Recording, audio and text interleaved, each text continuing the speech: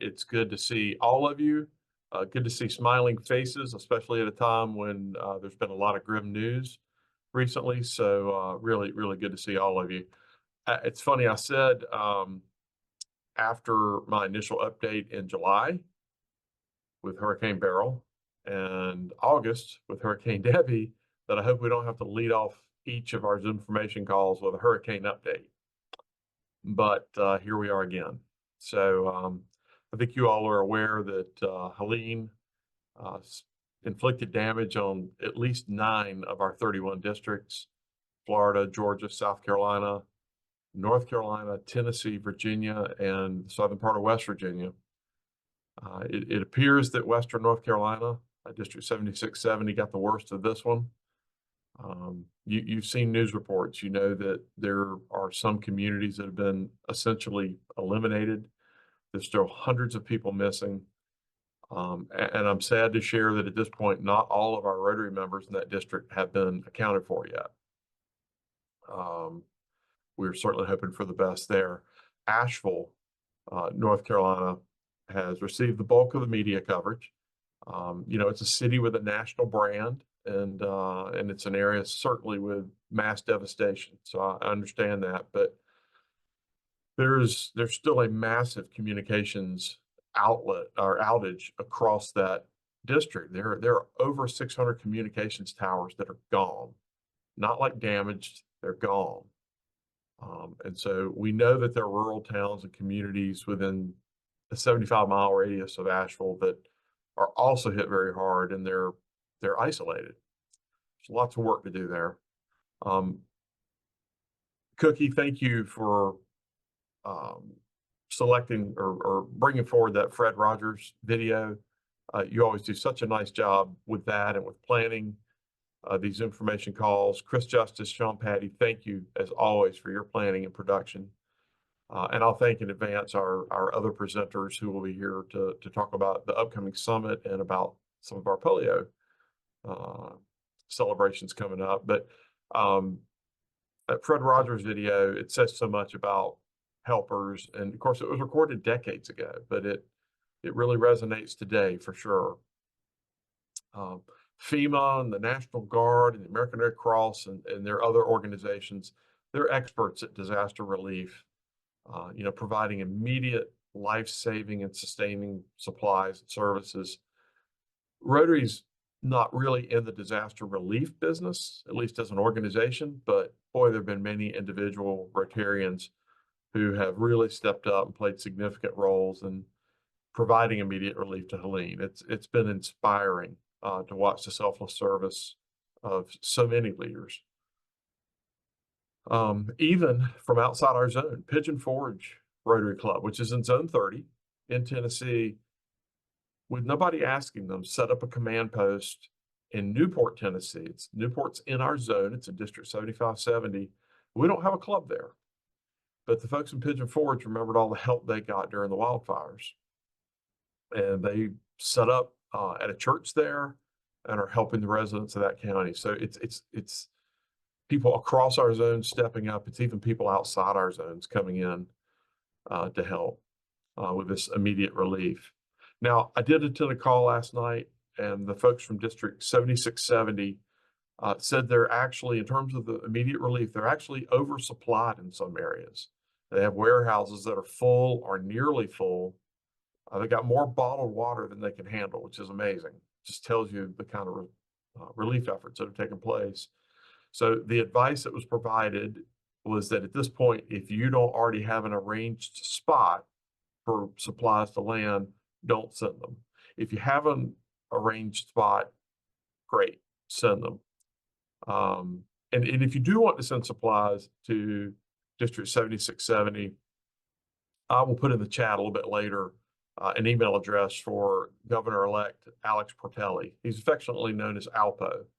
But I'll put an email address in for him. He asked that anybody wants to send something that doesn't already have a spot to send him an email, and he's coordinating a lot of the efforts there on the ground. As I said, Rotary is not in the disaster relief business, but what we can do is we can support disaster recovery work. in the mid and longer terms.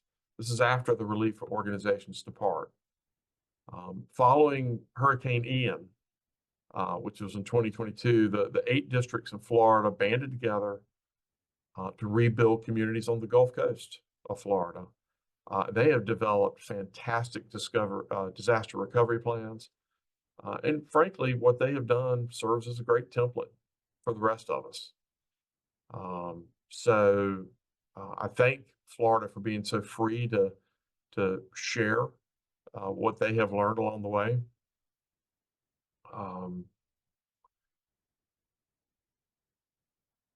And unfortunately now, they have to suspend their work recovering from Helene because Milton is on the way in. And if you've not been near a computer lately, Hurricane Milton, which was a Category 1 late last night, about 11 p.m., it's still Category 1. It's now a Category 5. So just over 12 hours, it's become an extremely powerful storm. It is going to inflict serious damage in Florida. So they're not even finished with recovery efforts from Helene, and they're going to have another storm come in. So what we can do, I mean, I'm speaking as one who was minimally affected, and I know there are many of you on this call who were not affected or maybe just minimally affected, is we can support the Zone 3334 Disaster Recovery Fund. This recovery fund is collecting donations, and those donations will be used to supplement and to amplify the recovery work of Rotary volunteers and partners. This could mean providing tools, equipment, temporary storage, trailers, appliances, mental health services. There are a number of things that it could be, but all geared toward helping our communities recover after the immediate relief folks are gone. Now, you may not know that our zones are actually set up as a qualified charity, a 501c3 organization. So donations are tax deductible, which is great. The funds coming in are segregated in their own account. And I'll add, because my wife's a CPA and she'd shoot me if I didn't say this, that you always want to talk to your tax advisor. But we are a qualified charity, so those donations in general are going to be deductible. Soon, we'll provide very simple application forms for clubs and districts to request funds to support their recovery work. We trust Rotaractors and Rotarians on the ground to identify the areas of need, the most important areas, and where they can make a difference. Now, I am currently assembling a diverse team of seasoned Rotary leaders to review the applications that will come in from clubs and districts. And our plan is to provide responses within 48 hours of those applications coming in. So I think it's in the best of Rotary traditions that the recovery efforts will be planned by Rotarians and Rotaractors. They'll be executed by Rotarians and Rotaractors, and the funding will be recommended and approved by a Rotary team. This disaster recovery fund has been on our zone's webpage for not quite 9 full days. And the fund's been collecting credit card and ACH donations online. Also, we're accepting mailed checks and wire transfers. You see the QR code on your screen. It'll take you directly to the page with instructions for all of those. And we've already collected over $125,000 from over 650 individual donors. The outpouring has been incredible. And I know of dozens of checks, some of which are quite sizable, that are in the mail to our zone's treasurer, Lad Waldo. Now, some of you may have noticed that I was late to this call. I was putting the final touches on an unexpected $100,000 gift that's coming from a donor advised fund. And the instructions were spend it where it's most needed. $100,000, spend it where it's most needed. Imagine what that says about the way people view and trust us as members of Rotary. It's worth noting that we are using the lowest cost merchant services that we could find, and even the company providing those services is donating part of their fees back to our disaster recovery fund. My pledge, our pledge, is that every dollar that is collected will be spent on disaster recovery. We're not looking to build a war chest here. There's no one being paid to administer the fund. So every dollar collected will be spent on recovering from disaster. If there are any fees for, say, an incoming wire transfer, we'll absorb that with a different fund in our zone. Every dollar is going where it's needed. Now, in fundraising, goals are important. And we already have over $225,000 with more en route. Our meager goal is $500,000, but I truly believe we can raise $750,000. So that's our aspirational goal. So my sweet friend Dawn Rochelle, about an hour ago, she's often an inspiration to me. She shared a fact I didn't know, that the Greek playwright Aeschylus first coined the term philanthropy. He did that in the 5th century BC, and it means love of humanity. I can't think of a better way to describe what we do in Rotary. So I encourage you to support this disaster recovery fund as generously as you can. We have brothers and sisters in our communities across all of these states who need help.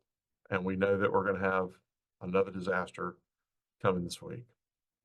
So I ask you to be as generous as you can. I promise that we will be as good as stewards as we can be with the funds. Those funds will be implemented by our members of our Rotary family, and we'll be transparent about what's collected, how it's spent, where it's spent. Okay, moving on, I did want to give a brief membership update. Zones 33 and 34 are #1 and #2 in North America so far this year, which is just great. Both, although we're #1 and 2, both are behind the success track, which is the track that would predict we would finish with just a meager, modest 0.5% growth in membership. So while we're leading North America, we still have work to do for sure. We're basically at break even, is where we're projecting right now. Now, I sampled 3 districts in 3 different states in Zone 33. I just wanted to check this out. And I found that looking at clubs who have not inducted a single member this year, there are almost 100 clubs in those 3 districts. So it tells me, yeah, we're doing okay compared to the rest of the North America, but we have so much more to do. So if you're in leadership in your district, I encourage you to check that out, to beat the membership drum, to remind folks that this is a 12-month-a-year sport. It's definitely a team sport. And in so many cases, if our clubs would get their attraction engines going, we could really push ourselves to a new place. And of course, that makes everything we do more effective and better, including storm recovery. So you've already heard more from me than you probably wanted to today. So I'm going to turn this over to some people who have got some great news to share. We are less than 3 weeks away from World Polio Day. We have some really exciting events coming up, planned by our Pittsburgh Summit and our In Polio Now coordinators. So I'm very pleased to turn over to my dear friend, Nancy Barbie, who is an In Polio Now coordinator. Nancy, take it away. Thank you so much, Patrick. Boy, I'm humbled by all the disaster relief, and it never fails to be awe-inspiring to see what Rotarians, how we step up to the plate. And we certainly have stepped up to the plate now, and will continue until the recovery is complete, which will take a long time, trust me. But also, we have stepped up to the plate for polio, and we will continue to step up to the plate for polio until this dreaded disease is eradicated. But I want to introduce you to the team that is leading the way in zones 33 and 34. And the team members are my colleague in zone 33, Colleen Bonadonna, in zone 33, in Polio Now coordinator for Virginia, Maryland, West Virginia, the DC area, Delaware, and Pennsylvania.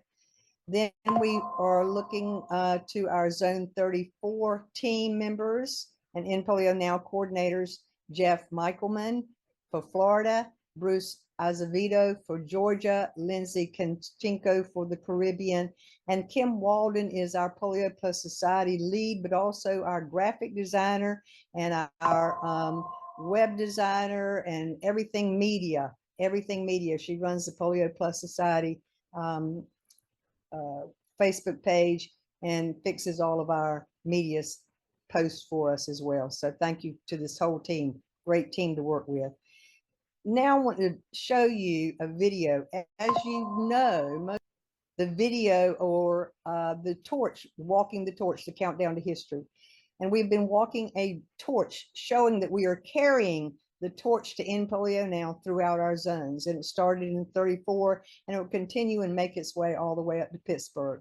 So this is how it started. This is the history of the torch.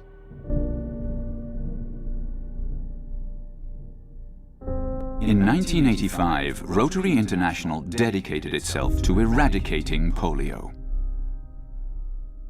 Since then, Rotary and its partners have raised billions of dollars and worked tirelessly to fulfill a promise, that one day our world would be polio-free.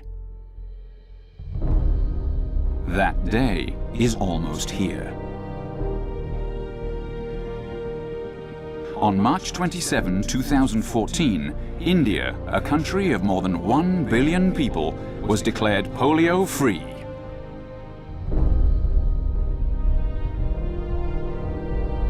To mark this milestone, the Rotary Club of Madras launched the Rotary Flame. The flame has traveled the world. It has honored India's success, raised funds, and increased awareness of Rotary's race to end polio now. The Rotary Flame is a beacon of hope. It applauds the courage of Rotarians worldwide, and it celebrates a dream that is this close to coming true. Fellow Rotarians, ladies and gentlemen, please welcome the Rotary Flame.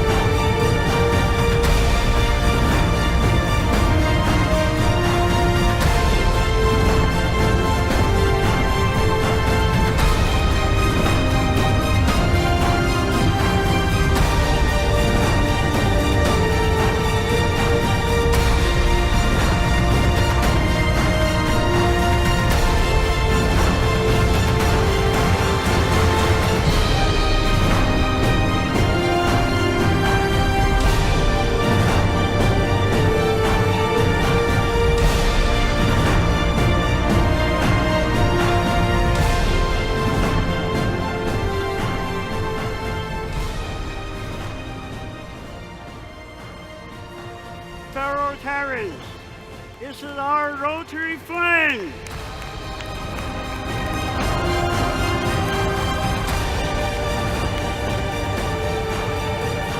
I want to thank all the Rotarians in different countries who participate on this very special event for end polio.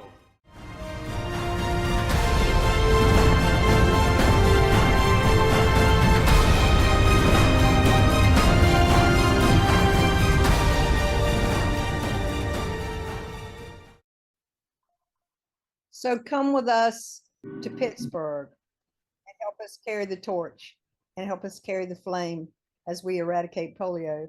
Now I'm going to turn it over to Jeff so he can give you some more history and information about the districts that will be participating in the Countdown to History Walk in Pittsburgh.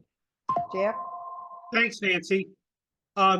You all are aware that we committed to raise $50 million in order to get the Gates match. And Polio Plus Society individual donors are going to be responsible for about 35 million of that. But it's the districts themselves that we count on to deliver $10 million, and then we get a match from the World Fund of another $5 million. So what we've been doing over the last month or so is the End Polio Now chairs have been coming into your districts to recognize those districts who have stepped up and committed their DDF sooner than we've ever done in the history of the polio program. And we can't do that without the folks in 33 and the folks in 34 that have gone and done that. And it's really been a lot of fun for the Regional End Polio Now coordinators to go into your districts with that torch and celebrate and thank all of the Rotarians in your respective districts to their commitment to walking this last mile as we count down the end to polio. And as we move forward, we're going to have a wonderful live streaming event in Pittsburgh, and End Polio Now Chair Nancy Barbie is going to tell you a little bit about that. Thanks so much again, Jeff. I'm taking over for Bruce. Bruce is having technical difficulties, so we still wanted to make sure that you understood what was going on there. You don't want to miss the live stream polio panel discussion on October the 24th at 5 p.m. immediately after the Zones 33-34 World Polio Day Torch Walk. The three highly acclaimed polio panelists are Dr. Peter Salk. As you well know, he's the son of Dr. Jonas Salk, who developed the first polio vaccine. John Germ, who is a past Rotary International president and currently the vice chair of development for Rotary's International Polio Plus Committee. And Mike McGovern, a past RI director and currently the chairman of the Rotary International Polio Plus Committee. This panel of experts will be answering many important polio-related questions, and there will be a question and answer session after this. They'll be talking about the past, the present, and the future of polio eradication. There'll also be a polio fundraising auction, live auction featuring polio items from the Salk Institute, which is amazing. The Salk Institute for Biological Studies is a scientific research institute founded by Dr. Jonas Salk in 1960. This live online auction will have a minimum contribution for each item, and the auction software for bidding can be uploaded to your mobile phone and will notify you if you've won the bid. And it's a lot of fun doing that. Trust me, I've done that before, and it's a lot of fun to see the bids coming in. Some of the items you will see in the auction are small vials, test tubes, glass beakers, and containers that were actually used and utilized by Jonas Salk. If you do not win the bid on one of the items, there will be many more of the same type that you can bid on again. The winning bid can be picked up at the summit or shipped to your home. I'm told that all the items up for auction are glassware and were used by him specifically during his polio vaccine research. These items have been stored for decades at the Salk Institute. You will receive a card with each auction item that is signed by Dr. Jonas Salk's son, Dr. Peter Salk, certifying that the item was used by the doctor during his polio vaccine research.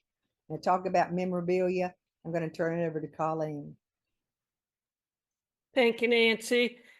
In addition to the Salk Historical Collection, the largest private polio memorabilia collection with close to 800 items will also be on display. The collection includes items from the 1930s through today.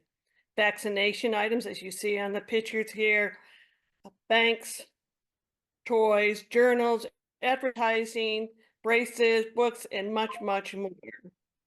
Okay, in addition to that, there also will be an End Polio Now backdrop display that will be available for photo opportunities with the torch. So we're looking forward to everyone coming and viewing these items. So, Lindsay Cancino, I'm going to hand it over to you. Thanks, Colleen. Yes, and in addition to that, we've gone to the trouble of creating a special Raise for Rotary page and a challenge to all of the districts in zones 33 and 34 to help get our clubs over the $1,500 minimum mark in order to meet the $50 million fundraising goal per annum for Polio Plus. So as you can see there, we will not only be raising funds that way, but we'll be recognizing clubs that do meet the $1,500 or more with a Polio Plus Society Champion Club certificate. And you can get a lot more information at those the dedicated pages on the RI Zones 33-34 page or website, sorry. And there you can see the QR code that was created to help find your way to the appropriate page and set up your Raise for Rotary fundraiser. A number of clubs have already done so, so we congratulate them for taking up the challenge. But obviously we want others to get involved as well. So please do so, and let's help get Rotary International to the $50 million mark. There's also been a brand new web page created for the Polio Plus Society. It is also on the Zones 33-34 website. And of course, the dedicated Facebook page continues as well. And you can join the Polio Plus Society by clicking on the endpolio.org/donate, making your donation and completing the process. So with that, we turn it back over to Nancy. Sure. Thank you, Lindsay, and thanks to the whole team. Don't forget that all your contributions to polio are matched 2-to-1 from the Bill and Melinda Gates or Bill Gates Foundation. But we wanted to, education is the key that was mentioned earlier. Education, and resources. And to help you out with a little bit of that, I've developed a podcast that you can listen to on your car radio in your desire for different speakers that are talking about polio, and especially this month of October, October 24th being World Polio Day. Our lineup for October so far are our own Patrick Eakes, Sadia Shakil, who is a Pakistani polio worker, Anna Pinckney, a polio survivor and chef and entrepreneur, and Suzanne Ray, who she's a polio survivor and began walking the torch. These will make a great, these are YouTube videos, and they'll make great meetings for your club, for Zoom meetings, in case you need a polio speaker and you can't get hold of one of us or one of our advocates to come in person. So these will make great club meetings. So thank you so much. And we look forward to seeing you in Pittsburgh. And I'm going to turn it over to the man, Alex Wilkins. Thanks, Nancy. I'm not sure I'm the man, but I guess I am the belly button people are pushing. My name is Alex Wilkins. I've been had the pleasure and still have the pleasure of acting as the general chair for this year's summit in Pittsburgh. And amazingly enough, we've aligned this thing such that it is actually in process on World Polio Day. Most of you have probably understood that and heard that before. Almost everything we're doing has already been discussed because of this amazing End Polio Now team. But I'd like to go through a couple of items And unfortunately, for those that are not registered or can't attend, I'm actually talking mostly to those that have already registered. Registration is actually closed. So let me walk through that. We're at 15 days before we'll pour the first drink for you or welcome you aboard or hand you your lanyard for the first time. That'll be the Tuesday of that week, that'll be October the 22nd. We've got over 480 registrants. And we also are including 30 additional people that are going to join us from the University of Pittsburgh, and also include free pioneers. And you may not have heard that term yet, but those individuals are those children back in the day that were, for lack of a better term, used as guinea pigs. Most of their parents were working on Dr. Salk's team, and before they actually identified the perfect vaccine, they actually were giving it to their children. We have data that shows who these children are.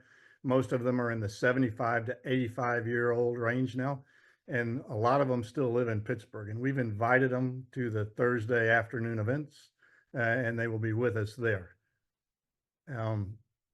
Other things that we're going to do that day that you haven't already heard of, and just to amplify, the memorabilia that Nancy talked about will be in the silent auction so that we can do it online for you.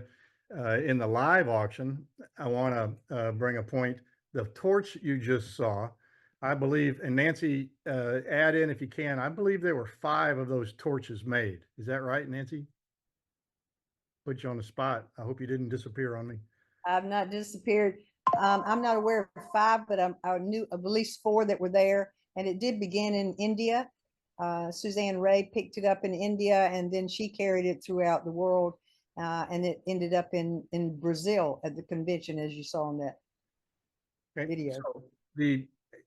So let's agree that there's at least 4, but I don't think there's more than 5 that were ever made. We plan to have one of those torches available for the live auction in polio, and we're very excited about that. Every proceed we bring in is going to go toward End Polio Now. So your contributions will be very important to all of us. In the reverse raffle, the proceeds of that will also go to the End Polio Now. So there are only 3 items that are available to still register for, and those are our extras. We have a whiskey tasting because it's a summit. We have the Mad Hatter tea, and we have the opportunity to purchase a reverse raffle ticket. There are only 200 reverse raffle tickets, and we've already sold over 50 of those. So if you're attending and you haven't received an email from Ashley Waters about how to do that, you can go right online to our website for that summit and register for your whiskey tasting, Mad Hatter, or the reverse raffle ticket. Nancy's team has already talked about the polio walk, the fact that we're handing out long sleeve red t-shirts this time, so they'll be unique. And we are also bringing an adult size and an infant size iron lung to polio, to Pittsburgh, so that we can share that with you. In addition to everything we're doing for End Polio Now, we're also focusing on our service project, which is in conjunction with Sleep in Heavenly Peace.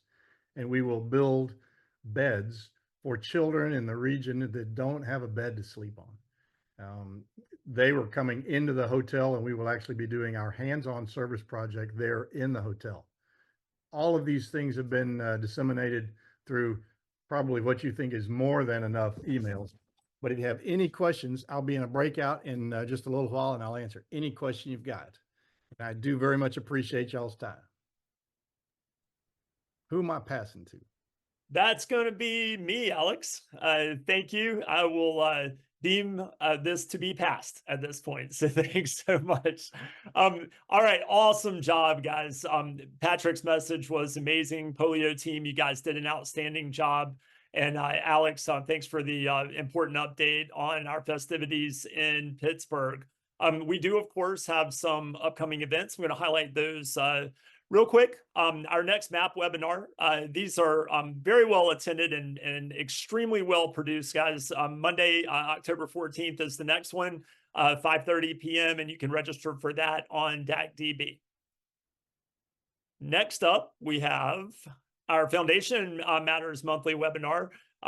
Foundation has joined the party with membership and public image. They're having the monthly webinars as well. Those have been very well attended. Awesome content as well. Next one's coming up October 17th at 6 p.m. Also can register on DACDB. And speaking of public image, our next one, we're going to be taking a deeper dive into Canva. That is coming up on Tuesday, October 22nd at 6 o'clock. Register at elevaterotaryzones3334.org. And of course, as Alex said, we have our Building Bridges in Rotary. That is our Zone Summit coming up October 23rd through 27th. And we cannot leave today without mentioning the Calgary. That's coming up, International Convention, 21st through 25th of June. I think there's still some cost savings. Yeah, I think we missed the early bird, but there's still some cost savings if we go ahead and get registered now. So make sure you do that. And of course, make sure you like, join, follow, and share on all of our available social media channels. All right, guys, we are going to go ahead and open the breakup rooms. The polio team, I believe, and Alex gave us some additional time today, which is awesome. I know a lot of the content today has been extremely important. And, you know, based on the traffic in the chat box, I know that several of you have questions specific to these. We are only going to open 3 breakout rooms today. We're going to have our polio team in one. That will be World Polio Day is going to be your label. Zone Summit is going to have Alex heading up that team. He can answer all your questions on that. And of course, our director, Patrick, is going to host the disaster relief specific room, today. So I'm going to go ahead and open that. Just so you guys know, we will not be returning to this room. As soon as you're done in breakout, you are free to go. If you have issues getting into the breakout room, the way this is supposed to work is that whenever I press go, you will see a choice to enter one of the 3 breakout rooms. You can choose to go in one of those. If you don't see that option or you have trouble navigating it, don't worry. Sean and I will be back in the main room and we will help send you to the room you want to go to. It's probably easiest if you drop it into the chat box. All right. With that, I'm going to go ahead and open it up and thank you guys all again for attending.